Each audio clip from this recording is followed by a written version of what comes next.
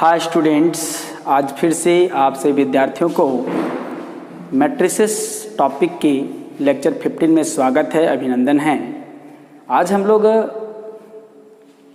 Lecture 15 में बातें करेंगे अगले टॉपिक का, और उस टॉपिक का नाम है ट्रांसपोज ऑफ ए मैट्रिक्स। तो ट्रांसपोज ऑफ ए मैट्रिक्स क्या होता है उसको हम लोग जानेंगे। तो देखिए हमारा क्या है, पहले हम एग्जाम्पल के थ्रू समझने की कोशिश करते हैं कि क्या है ये एग्जाम्पल। मान लीजिए हमने कोई एक एग्जाम्पल लिया है, ठीक, और एग्जाम्पल में कोई एक मैट्रिक्स मैंने लिया है A = 1 3 2 5 9 -7। इस प्रकार से मैंने एक मैट्रिक्स का लिया है। आप इसका ऑर्डर देख पा रहे होंगे तो 2/3 है, 2 रो और 3 कॉलम है। Now transpose of matrix A = देखिए ट्रांसपोज जैसे कहते हैं तो हम लोग क्या करेंगे, ट्रांसपोज निकालने का तरीका है, आप देखो पहला रो को लिखो पहला कॉलम, ये रो 1 है, ये रो 2 है, और ये रो 3 कॉलम 1 है, कॉलम 2 और ये कॉलम 3 है। हाँ, अब करते हैं हम लोग क्या है, रो 1 को देखते हैं, लिखते हैं कॉलम 1। इसका मतलब ट्रांसपोज जो है हम लोग किस प्रकार से इवेल्युएट करते हैं, फाइंड करते हैं। देखते हैं रो 1 को लिखते हैं कॉलम 1 1 3 2, तो 1 रो है तो कॉलम बनाइए 3 और 2 है ना। कॉलम 2 है, रो 2 है, इसको कॉलम 2 बनाइए, तो क्या मिल गया 5 9 और -7। तो मेरा क्या मिल गया, इसका ऑर्डर देखेंगे 3/2 हो गया। दैट इज जो ट्रांसपोज ऑफ मैट्रिक्स है, इसको हम लोग सिंबॉलिक फॉर्म पे देखें तो AC या तो फिर AT या तो फिर A' का यूज किया जाता है। हाँ, तो इसके लिए हम लोग इसको लिखते हैं 1 3 2 आया, 5 9 -7 आया, और आप देख रहे हो कि इसका ऑर्डर 3/2 है ना। ये हमारा आंसर हो गया। तो इस एग्जाम्पल से हम लोगों ने ये सीखा कि जितने भी रो हैं वो कॉलम के प्लेस पे आ जाते हैं, और जितने भी कॉलम हैं वो रो के प्लेस पे जाते हैं। इसका मतलब यहाँ पर इंटरचेंजिंग है। किसका इंटरचेंजिंग है, रो और कॉलम का। सारे रो कॉलम बनते हैं और सारे कॉलम रो बनते हैं। तो हम लोग कह सकते हैं all the rows are interchange into columns corresponding columns and rows are into corresponding columns, ठीक है, and columns into corresponding row. मतलब पहला रो है तो पहला कॉलम बनाइए, दूसरा रो है तो दूसरा कॉलम बनाइए, ठीक है। तो हम लोग कहेंगे कि यदि इसका ऑर्डर आप देख रहे हो कि 3/2 था, तो इसका ट्रांसपोज निकालने के बाद आप देख रहे हैं कि यहाँ पर ये 2/3 था, सॉरी ये 3/2 यहाँ पर देख रहे हैं क्वेश्चन में। यदि एक मैट्रिक्स जिसका हम लोग ट्रांसपोज निकाल रहे हैं उसका ऑर्डर कितना था, 2/3 है, और जब इसका ट्रांसपोज निकाला हमने तो ये 3/2 हो गया। मतलब इसका ऑर्डर क्या हो गया, चेंज हो गया। ऑर्डर चेंज हो गया, जो रो की संख्या थी वो कॉलम बन गई, जो कॉलम की संख्या है रो बन गया। इसका मतलब ऑब्वियसली हम लोग देखें तो डेफिनेशन के अनुसार इसके ऑर्डर भी चेंज होते हैं। कैसे, M/N होता है तो N/M हो जाता है। देखिए हम लोग इसको नोटेट करते हैं डैश से, या तो T से या तो फिर C से। C से डिनोट किया जाता है, नोटेशन फॉर्म पे देखते हैं, इसलिए इसको हम लोग कंप्लीमेंट ऑफ मैट्रिक्स भी कहते हैं। कंप्लीमेंट ऑफ मैट्रिक्स भी कहते हैं। कोई बुक जो है ट्रांसपोज ऑफ मैट्रिक्स को कंप्लीमेंट ऑफ मैट्रिक्स भी यूज करता है, इसके लिए आप ध्यान रखेंगे, ठीक है। तो डैश भी यूज कर सकते हैं, T भी और C भी। तो नॉर्मली आप देखेंगे कि जनरल बुक पे हम लोग को डैश का ही यूज किया जाता है, ठीक है। तो डेफिनेशन बन के क्या आ गया कि ए matrix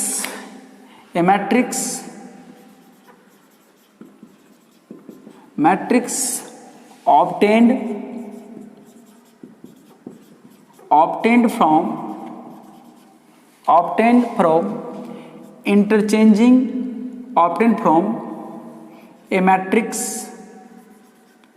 matrix of any order कहने का मतलब of order M/N obtained from a matrix A of order M/N by interchanging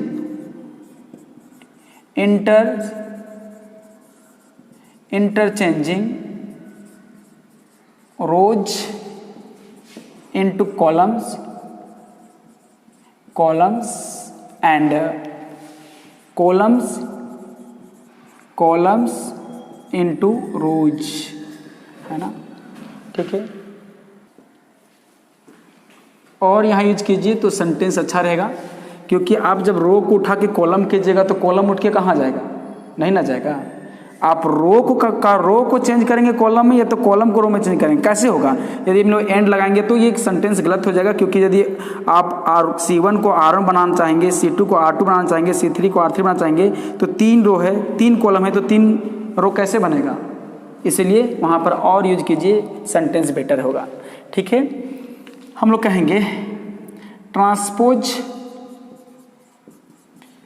transpose of matrix A is denoted by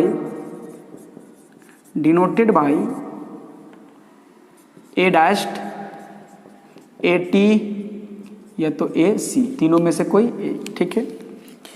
एक बात हम लोग देख सकते हैं ऑब्वियसली, यहाँ पर ऑब्वियसली हम लोग इस बात को देख सकते हैं, क्या देख सकते हैं कि if order of matrix A is m by n, then order of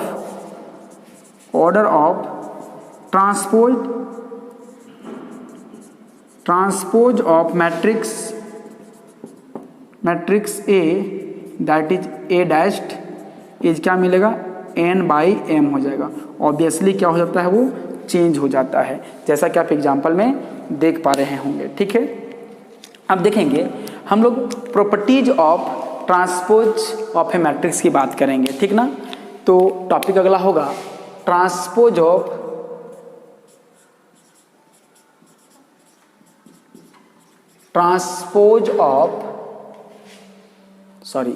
properties of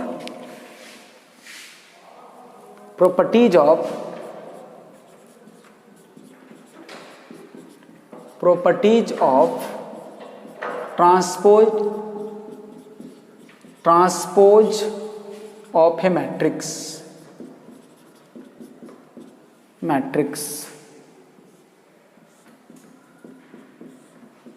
transpose of है मैट्रिक्स, ठीक है।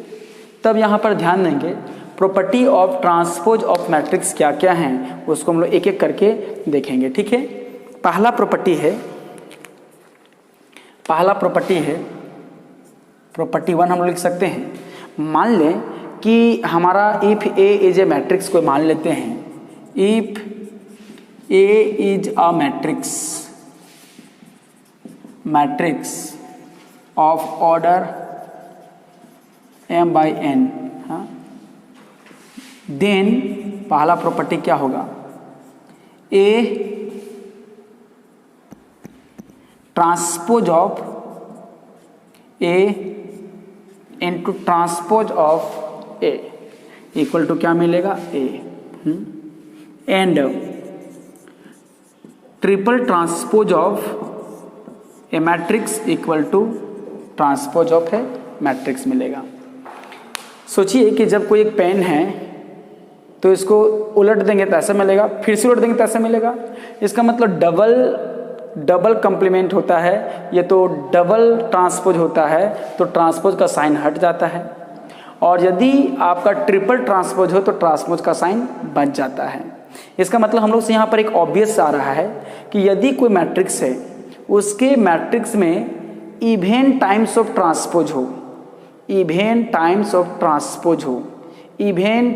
ऑफ ट्रांसपोज हो, मतलब इवन टाइम्स 2 बार 4 बार 6 बार इस प्रकार से हो, तो आपका ट्रांसपोज का साइन हटा दीजिएगा।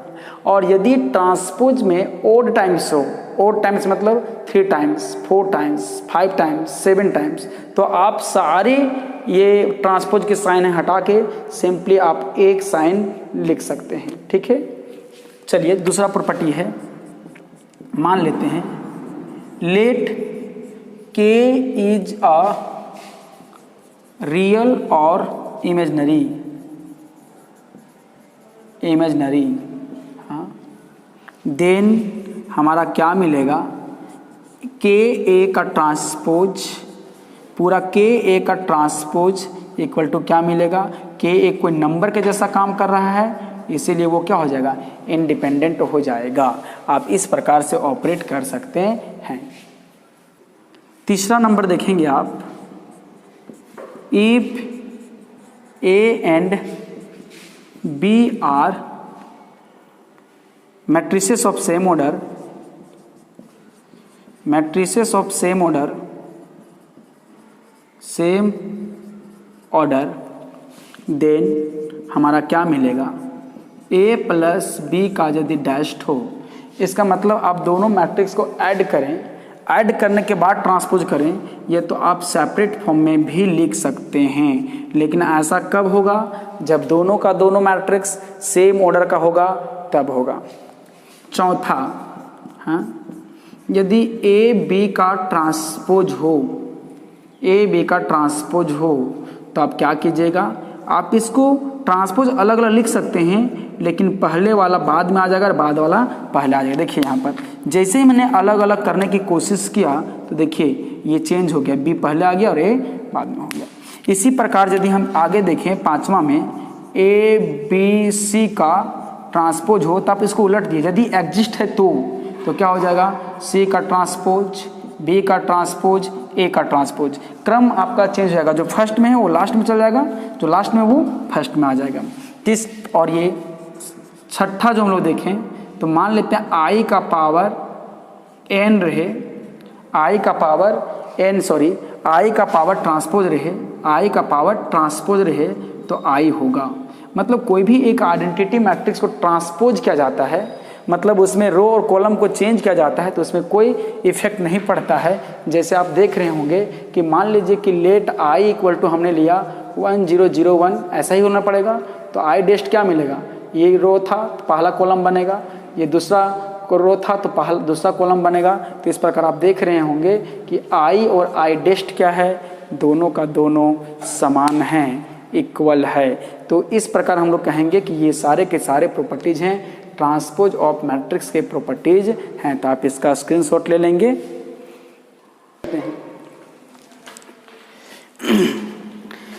नेक्स्ट हम लोग को पढ़ना है सिमेट्रिक मैट्रिक्स। टॉपिक जो हमारा होगा सिमेट्रिक मैट्रिक्स है।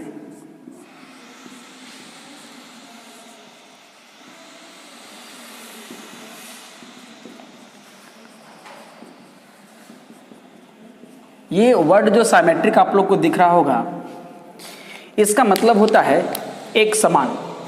और एक समान कहने का मतलब मैट्रिक्स की दुनिया में क्या है वो हम लोग एग्जाम्पल से देखेंगे, उसके बाद इसको हम लोग डिफाइन करेंगे, क्योंकि कोई भी डेफिनेशन आता है तो उसके एग्जाम्पल से आता है। तो चलिए हम लोग एक एग्जाम्पल के थ्रू आउट समझने की कोशिश करते हैं। What is the definition of symmetric matrix. तो लेट ए इक्वल टू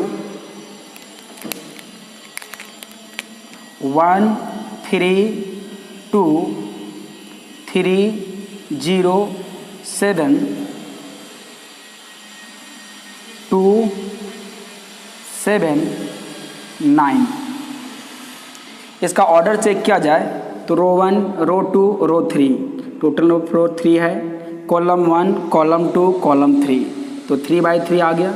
हाँ, तो साइमेट्रिक चेक करने के लिए पहले आप हम लोग से ट्रांसपोज निकालेंगे। ट्रांसपोज कहने का मतलब सिंबॉलिक तौर पे देखें तो डैश लगता है। तो ये डैश क्या कहता है, रो को उठाइए, पहला रो उठाइए और पहला कॉलम लिखिए, देखिए रो लिखिए कॉलम। तो 1 3 2, तो यहाँ लिखेंगे कॉलम में 1 3 2, है ना। फिर 3 0 7 सेकेंड रो, तो इसको लिखेंगे सेकेंड कॉलम में 0 7। फिर ये थर्ड रो है, लिखेंगे इसको थर्ड कॉलम में। आप ज़रा ध्यान देंगे ये 3/3 है, इक्वेशन 1। हाँ, आपने इसमें इस मैट्रिक्स को आपने डायरेक्ट नहीं उतारा था, आप इसमें कुछ चेंजिंग किए थे। लेकिन जब हम चेंज किए तो हमारे दिमाग में चेंजिंग चल रहा था, जब आँख खुला तो देखिए कि अरे वही मैट्रिक्स है। इसका मतलब है कि यदि किसी मैट्रिक्स को ट्रांसपोज करने पे कोई चेंजिंग नहीं आए तो हम लोग यहाँ कह सकते हैं फ्रॉम इक्वेशन नंबर 1। देखिए इक्वेशन 1 में ये क्या है, ए है, तो हम लोग कह सकते हैं बहादुर कि A transpose of matrix A equal to A मिला। इसका मतलब हो गया कि यदि हमें कोई एक मैट्रिक्स हो और उस मैट्रिक्स को ट्रांसपोज करने पे पार्टिकुलर मैट्रिक्स जिसका एग्जांपल लिया गया था उसमें कोई चेंजिंग नहीं आता है तो वो जो मैट्रिक्स है उसी का नाम है सिमेट्रिक मैट्रिक्स। सिमेट्रिक एक समान, बदलने के बाद भी बदलाव नहीं हो पाया, तो हम लोग कहेंगे therefore matrix A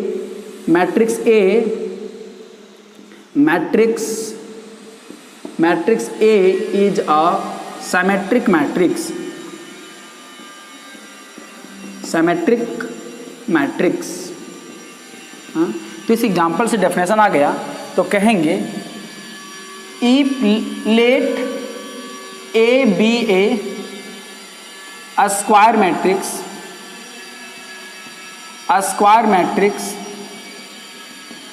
of order m. Square matrix लिखा गया है तो m बाई एम लिखते हैं ऑर्डर, लेकिन ये 3 है तो एक ही ऑर्डर से हम लिख चला सकते हैं। देन एंड हमारा दिया गया है ए डैश्ड इक्वल टू ए है, मतलब ट्रांसपोज ऑफ कोई मैट्रिक्स का ए मिलता है। देन हम लोग कहते हैं ए इज अ सिमेट्रिक मैट्रिक्स। हाँ, जरा ध्यान देंगे, यदि आप यहाँ स्क्वायर मैट्रिक्स हमने लिखा है तो इस स्क्वायर लिखने का क्या भूमिका है, इस डेफिनेशन में स्क्वायर क्यों आया, तो जरा गौर करेंगे, ध्यान देंगे। इसका डेफिनेशन कहता है कि आपका जब उसमें रो को कॉलम को रो में चेंज करेंगे और इस क्रिया को हम लोग सिमेट्रिसिटी बोलते हैं, तो ट्रांसपोज निकालना कहते हैं, और उसमें चेंज नहीं आता है तो सिमेट्रिक होता है। सोचिए कि यदि हम कोई एक स्क्वायर रेक्टेंगुलर मैट्रिक्स लेते हैं, ये 3/2 है, सॉरी 2 रो और 3 कॉलम है, हम ए डैश निकालेंगे तो 1 2 1 निकलेगा, पहला रो को पहला कॉलम बनाते हैं 1 7 3 मिला, तो ऑर्डर देखेंगे क्या मिलेगा 3/2 मिलेगा। तो हम लोग देख रहे हैं कि यहाँ पे अंदर के एलिमेंट की बातें छोड़ दीजिए, यहाँ पर 2 रो है, इस मैट्रिक्स की बात करें तो 2 रो है, यहाँ 3 कॉलम है, देखने से अलग लग रहा है। तो ऐसी स्थिति में आप ट्रांसपोज निकालने के बाद कभी भी मैट्रिक्स को वही स्वतः मैट्रिक्स में पुराने मैट्रिक्स के रूप में नहीं देख सकते हैं, क्योंकि ऑर्डर उसका पार्टिकुलरली चेंज हो जाएगा, और चेंज हो जाएगा तो हम लोग कभी भी ये संभव नहीं है कि आप ये कंडीशन को सेटिस्फाई कर सकते हैं ए डैश्ड इक्वल टू ए, मतलब ट्रांसपोज करने के बाद वो नहीं मिलेगा, क्योंकि ऑर्डर चेंज हो गया तो रो और कॉलम की संख्याएं बराबर हो गई। इसका मतलब हम लोग एक कंक्लूजन निकाल लिए कि जब कोई सिमेट्रिक मैट्रिक्स होने के लिए पहला कंडीशन है कि उसको स्क्वायर होना ही पड़ेगा, स्क्वायर नहीं है तो सिमेट्रिक होने का कोई सवाल ही नहीं उठता है, क्योंकि ऑर्डर चेंज हो जाएगा। तो इसके बाद जो हम लोग का आता है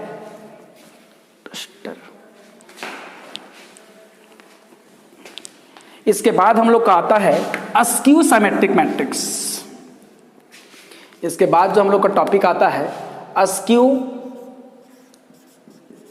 symmetric matrix. Askew symmetric matrix, देखिए दोनों का नाम में कोई खास अंतर नहीं है, और जब खास अंतर नहीं है तो इसका डेफिनेशन में कोई खास अंतर नहीं होगा। वहाँ सिमेट्रिक मैट्रिक्स है, यहाँ अस्क्यू सिमेट्रिक मैट्रिक्स है, और ये अस्क्यू का यहाँ पर मतलब है नेगेटिव। हाँ, तो देखेंगे फिर से हम लोग एग्जाम्पल के थ्रू देखते हैं कि अस्क्यू सिमेट्रिक मैट्रिक्स क्या होता है। तो हम लोग देखते हैं let matrix A equal to, हमने कोई एक मैट्रिक्स लिया है 0 1 2 -1 0 3 2 -3 0। सबसे पहले सिमेट्रिक की बात हो चाहे अस्क्यू सिमेट्रिक की बात हो, आपके दिमाग में स्क्वायर मैट्रिक्स ही चलना चाहिए। तो ऑर्डर क्या है 3/3 है, इक्वेशन नंबर 1। अब इसका ट्रांसपोज निकालिए। नाउ ए डैश करने का मतलब हो गया कि रो को कॉलम बनाइए, कॉलम को रो बनाइए। देखिए रो में लिखिए, कॉलम में, रो में क्या दिख रहा है 0 1 -2, लिखिए कॉलम में 0 1 -2, फिर यहाँ पर -1 0 और 3, फिर यहाँ पर 2 -3 और ये 0। आप इन दोनों को जरा सा कंपेयर कीजिए, 0 0 1 1 है लेकिन माइनस है, -2 +2, -1 +1, 0 0 -3 -3 2 -2 -3 3, लेकिन सारा का सारा न्यूमेरिकल वैल्यू सेम है, केवल साइन का अंतर है। जहाँ जहाँ ए में प्लस दिख रहा है बेचारा यहाँ माइनस है, और 0 को तो प्लस माइनस से लफड़ा है नहीं, वो तो उसमें तो कुछ होता नहीं है, एक्चुअली ये पॉजिटिव के अंतर्गत आता है। तब देखिए क्योंकि 0 को +0 लिखें या -0 लिखें उससे कोई इफेक्ट पड़ता नहीं है। तब यहाँ देखो यहाँ प्लस है तो यहाँ माइनस है, यहाँ माइनस है तो यहाँ प्लस, यहाँ माइनस है तो प्लस, यहाँ माइनस है तो प्लस, केवल खास साइन का अंतर है। तब इसको इसके मिलाने के लिए ये बात को मैंने देखा कि माइनस का अंतर है, तो मेरे दिमाग में एक सवाल आया कि क्यों नहीं हम माइनस यहाँ से कॉमन ले लेंगे, और जैसे ही माइनस कॉमन ले लेंगे बहादुर, तो आप देखेंगे कि अंदर का जितने सारे साइन हैं सब उल्टा पलटा हो जाएंगे, प्लस वाले माइनस हो जाएंगे, माइनस वाले प्लस हो जाएंगे। तो क्या हो जाएगा, 0 को तो कुछ मतलब नहीं है, ये तो 0 रहेगा, ये है माइनस होगा प्लस, ये प्लस है होगा माइनस, ये प्लस है होगा माइनस, ठीक है, ये माइनस होगा, सॉरी 0 होगा, ये क्या हो जाएगा प्लस हो जाएगा, ये +2 हो जाएगा, ये -3 हो जाएगा, ये 0 हो जाएगा। अब जरा हम लोग फ्रॉम इक्वेशन 1 की ओर नजर निगाहें रखते हैं तो क्या मिलेगा। देखिए 0 0 -1 2 2 1 1 0, मतलब सब कुछ सेम है। इसका मतलब फ्रॉम इक्वेशन 1 हम लोग कह सकते हैं बाबू कि A' = -A मिला।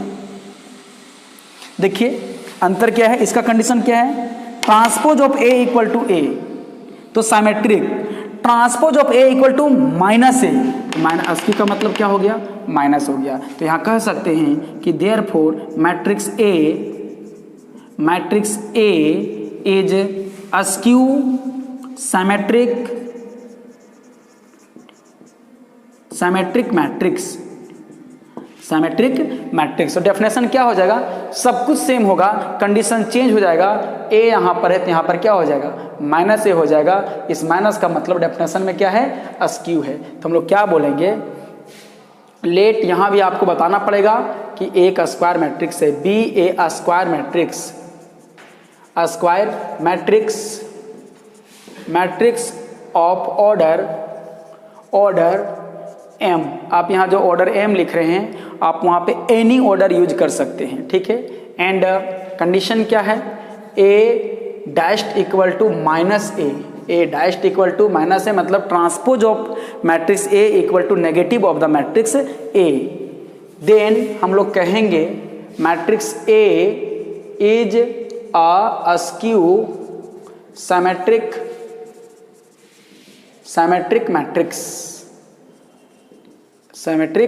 मैट्रिक्स, ठीक है। तो आप देख रहे होंगे सबसे बड़ी बात यहां पर है कि यदि ये 0 नहीं होता, तो यहाँ यदि माइनस होता तो यहाँ पर फिर कॉमन लेते तो प्लस हो जाता, फिर मिलता नहीं।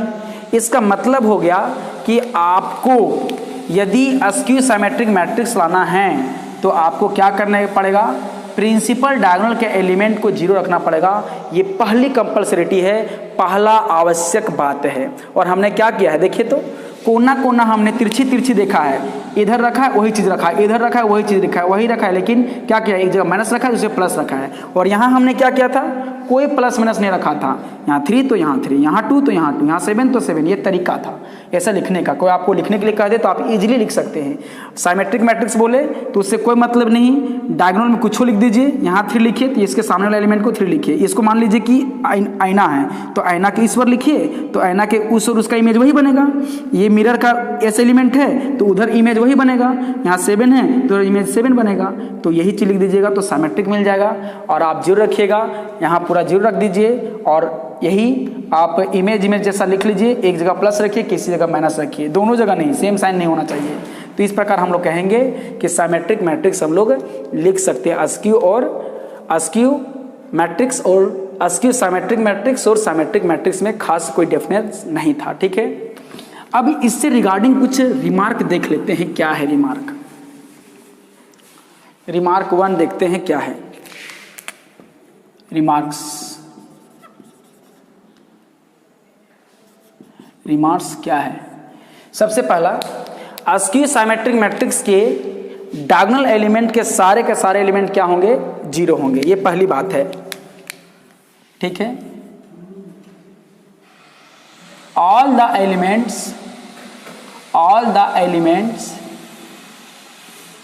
Elements of PD principal diagonal, ये प्रिंसिपल डायगोनल है, ठीक है, ये ऑफ डायगोनल है। Principal diagonal are 0 of a skew symmetric matrix. हाँ, रिमार्क ये पहला हो गया। दूसरा रिमार्क में, यदि हम लोग साइमेट्रिक प्लस साइमेट्रिक मैट्रिक्स करते हैं तो हमेशा रिजल्ट में साइमेट्रिक ही आएगा, साइमेट्रिक आएगा, ठीक है। और यदि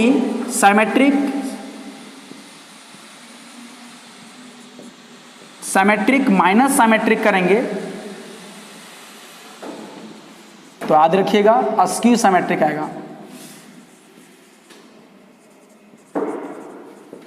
अस्क्यू साइमेट्रिक आएगा। कोई भी साइमेट्रिक मैट्रिक्स को आप ऐड करके देख सकते हैं। ऐड करेंगे तो इसी को देखिए हम ऐड करके दिखा सकते हैं आपको।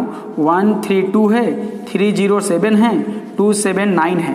तो देखिए 1 1 2 मिला, 3 3 6 मिला, 2 2 4 मिला, फिर क्या मिला 3 3 6 मिला, 0 0 0 मिला, 7 और 7 क्या मिला 14 मिला, ठीक है।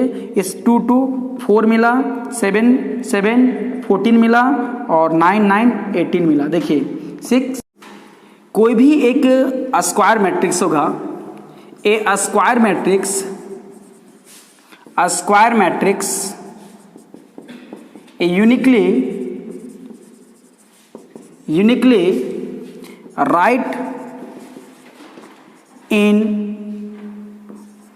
in form of sum of symmetric matrix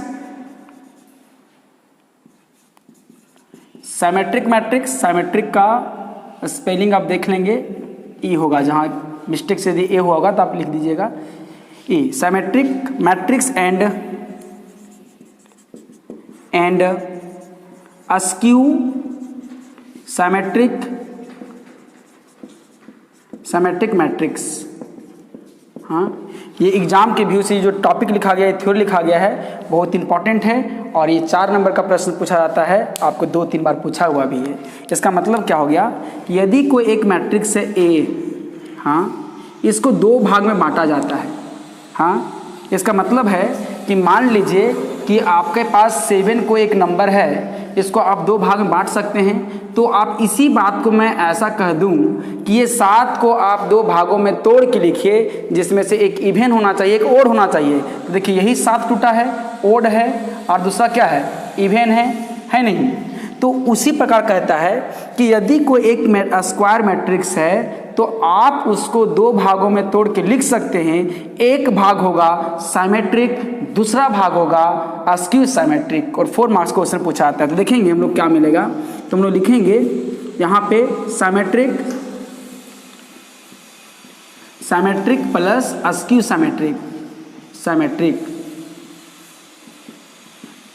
plus askew symmetric. आप सोचिए ए कोई 2 मैट्रिक्स में टूटेगा तो वो तो ऑटोमेटिक आधा आधा होगा।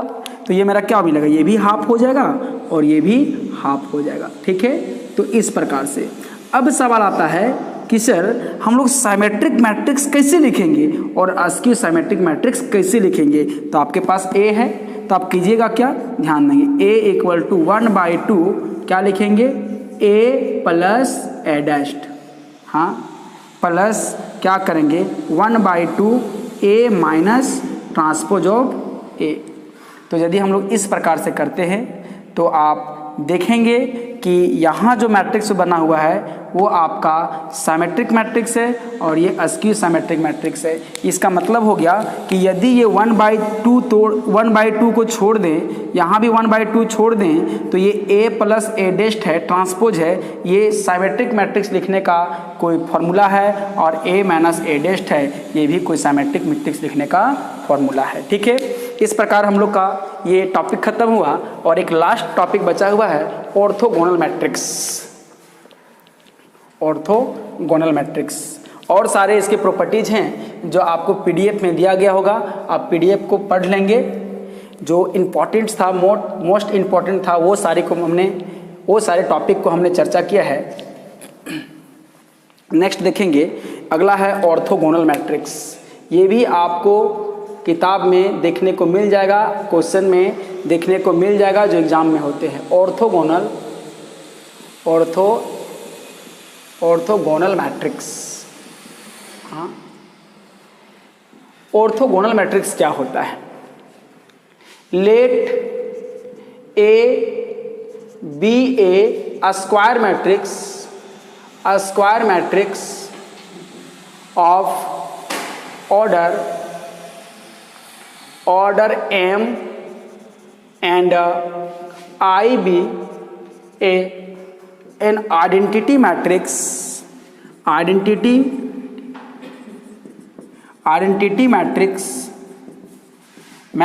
of order n, देन हमारा क्या मिलेगा?